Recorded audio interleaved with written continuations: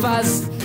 Well, I was still on a buzz in the back of the van with my head in my hands, just like a bad dream. I was only 15.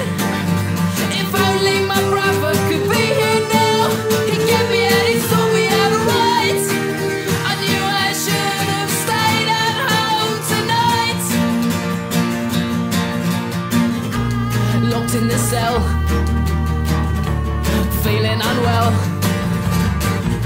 I talked to a man, he said it's better to tell. Who sold you the blow? Well, it was no one I know. If only you'd tell us, we'd let you go. We'll make it up for you, my son, so tell us what you know. We'll make you wish you stayed at home tonight.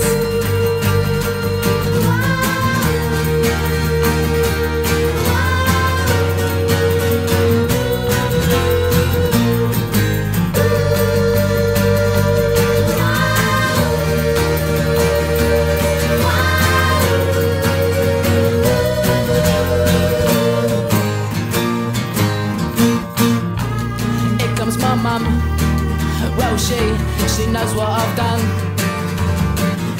Just tell them the truth, you know where it's from. You blackened our name,